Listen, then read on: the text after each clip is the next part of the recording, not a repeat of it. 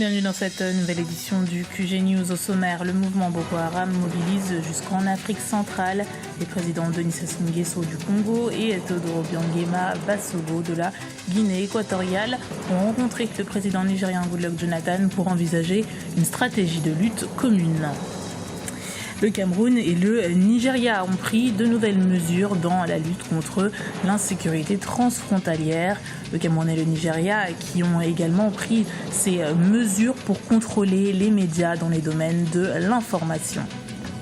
Et justement, la caricature, un mode d'expression en difficulté en Guinée. Depuis 4 ans, plusieurs dessinateurs organisent à Conakry, la capitale, le festival Bulle d'encre, un événement avec une résonance particulière près de 2 mois après l'attentat qui a décimé la rédaction du journal satirique français Charlie Hebdo à Paris. La communauté économique des États d'Afrique centrale a mandaté lors du dernier sommet de la communauté 2 chefs d'État afin d'établir des contacts avec les présidents Goodluck Jonathan et John Dramani Mahama, le président en exercice de la CEDEAO, pour contrer le phénomène Boko Haram. Un reportage de notre correspondant Serge Kofi. 2 chefs d'État, Denis Sassou Nguesso du Congo et Teodoro Obiang Basogo de la Guinée équatoriale à la rencontre du président nigérien Goodluck Jonathan pour envisager une stratégie de lutte contre la secte islamique Boko Haram. Après avoir annoncé une aide d'urgence de 50 milliards de francs CFA, la communauté économique des États d'Afrique centrale a mandaté les 2 chefs d'État pour discuter avec le président nigérian. Son pays est principalement touché par les actes de la secte. Les 3 dirigeants africains ont lors de cette rencontre d'Abuja travaillé sur les mesures de lutte contre le groupe islamique et exprimer leur solidarité. Au total, il s'agit d'étudier ensemble, dans le cadre de la mise en œuvre de l'architecture de sécurité collective en Afrique. Il s'agit de voir comment nous pouvons coordonner toutes nos actions de la CEDEAO et de la CEAC pour faire face au fléau de Boko Haram et éradiquer ce fléau qui menace gravement la paix, la sécurité et le développement. Les 2 représentants de la CEAC se sont ensuite rendus au Flagstaff House, la présidence ghanéenne, afin de rencontrer le président John Dramani Mahama, chef de l'État et président en exercice de la communauté des États d'Afrique de l'Ouest. Objectif, envisager une stratégie de lutte commune entre la CEAC et la CEDEAO. Nous avons toujours cru que Boko Haram est un problème nigérien, mais nous voyons que c'est un problème qui traverse les frontières. Ce problème n'affecte pas seulement le Nigeria, mais aussi le Niger, le Cameroun et le Tchad. L'Afrique doit tout faire pour éradiquer ce phénomène qui veut s'étendre. C'est pour cela que nous avons été mandatés par la CEAC pour prendre contact avec la CEDEAO et le président Goodluck Jonathan pour agir ensemble. À l'issue des travaux, les chefs d'État représentants de la CEAC ont annoncé une rencontre d'experts militaires le 27 et le 28 février prochain à Yaoundé, la capitale du Cameroun. Le Nigeria qui s'associe au Cameroun, comme vous venez de l'entendre, et les 2 pays ont pris des mesures dans la lutte contre l'insécurité transfrontalière. Les 2 pays veulent également contrôler les médias dans le domaine de l'information. Les précisions d'Ibra Adinjaï. La liberté de la presse est-elle menacée par la guerre contre le terrorisme? Le Cameroun et le Nigeria souhaitent désormais contrôler les médias en matière de sécurité transfrontalière. Dans la profession, certains craignent un recul de la liberté d'informer.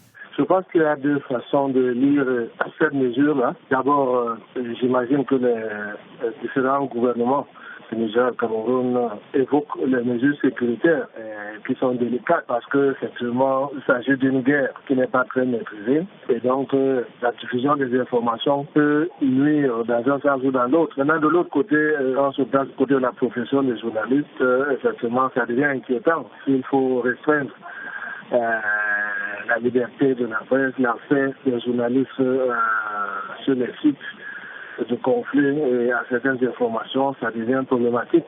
Je crois qu'à tout prendre, il faut privilégier la sécurité et faire confiance à la responsabilité des journalistes. La liberté d'expression des journalistes n'est pas pour leur menacer. Toutefois, les journalistes ont besoin de la protection des militaires pour œuvrer sur le terrain des opérations. Je crois que c'est tel que j'ai vu jusque-là, l'armée s'organisait pour accompagner les journalistes couvrant le conflit. Et donc que cet accompagnement va être restreint, tout simplement. Mais je ne pense pas que les pouvoirs iront jusqu'à venir contrôler le contenu des médias.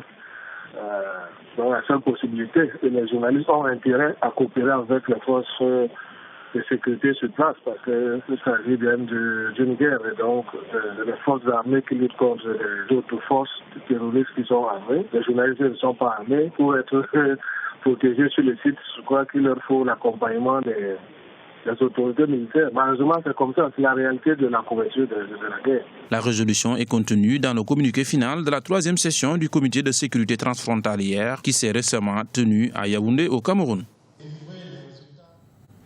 Des manifestations contre le gaz de schiste sont prévues ce mardi 24 février à Salah, dans le sud de l'Algérie. Un important déploiement de policiers doit être organisé dans ce pays qui n'autorise pas les manifestations. Depuis 2 mois déjà, les rassemblements contre l'exploitation du gaz de schiste sont quasi quotidiens. Pourtant, le gouvernement compte bien s'appuyer sur cette réserve d'énergie pour s'affranchir de sa dépendance au pétrole. Écoutez l'analyse de l'économiste Abderrahmane Mebtoul. Le problème du gaz de schiste, comme dans tous les pays du monde, n'est pas un problème technique, c'est un problème sociétal. Donc il faut bien expliquer à la population que le déversement du méthane, que le recyclage des eaux, disons, infectées par certains produits chimiques n'aurait pas d'impact sur l'environnement. Donc c'est toute une campagne d'explication qu'il faut en direction de la population. Et le ministre de l'Énergie a annoncé la création d'un organe indépendant qui serait composé d'experts de la société civile, nationale et locale pour la future carte énergétique algérienne. On s'oriente vers un mix énergétique. Et l'Algérie entend vers 2030-2035, 35 à 40% de la consommation intérieure serait le fait d'énergie renouvelable. On reste en Algérie où le président kényan Uhuru Kenyatta est attendu ce mardi 24 février. Il s'entretiendra avec son homologue Abdelaziz Bouteflika et son premier ministre Abdelmalek Sellal. Au menu de leur rencontre, le renforcement des relations diplomatiques entre les deux pays, la possibilité de coopération dans les domaines de l'économie, de la technologie ou encore de l'éducation ne serait pas à exclure. La caricature peine à se développer en Guinée. Pourtant, de plus en plus de jeunes s'intéressent à ce mode d'expression. Depuis 4 ans, un festival nommé Bulle d'encre est organisé à Conakry par les précurseurs du dessin de la caricature. L'objectif de ces initiateurs est de susciter plus d'intérêt à ce style d'écriture qui éveille les consciences en faisant rire. Reportage de notre correspondant à Conakry, Mohamed Lamine Solano. La caricature, un mode d'expression en difficulté en Guinée. Le pays ne dispose que de 2 journaux satiriques depuis la libéralisation des organes de presse en 1991. Le plus connu reste l'hebdomadaire Le Lynx dans les kiosques depuis 1992. Oscar, comme on l'appelle ici, est l'un des anciens de ce journal satirique. Mais depuis près de 3 ans, il publie dans Bingo que lui-même a créé pour favoriser l'émergence de la caricature. Nous avons vécu un bon moment dans un régime communiste révolutionnaire où ce genre de liberté des médias n'existait pas. À l'époque, il y avait des dessinateurs, il y avait des grands talents de dessinateurs, mais qui ont préféré s'exiler pour aller exprimer leur talent ailleurs. Aujourd'hui, Dieu merci, nous essayons de créer une relève, de passer la main, parce qu'il faut informer la nouvelle génération. Depuis 4 ans, Oscar et un groupe de journalistes caricaturistes organisent à Conakry le festival Bulle d'encre. Un concours de dessin est chaque année organisé pour détecter des talents en matière de caricature. L'occasion pour les initiateurs de créer chez les plus jeunes l'envie de dessiner ou d'éveiller cette passion. Thérésia a vite découvert sa dévotion pour le dessin. Stagiaire au journal Bingo depuis environ 1 an, elle dévoile son penchant pour ce métier. Quand tu essaies de dessiner ce qui se passe à travers la ville et t'exercer sur un bout de papier, d'autres peuvent le prendre pour quelque chose de banal, mais plutôt c'est intéressant.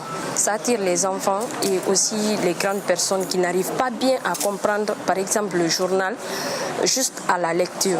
Mais quand ils voient le dessin, ça les anime, ça travaille l'esprit. Sans cesse renouvelée, Le vivier de talents semble inépuisable.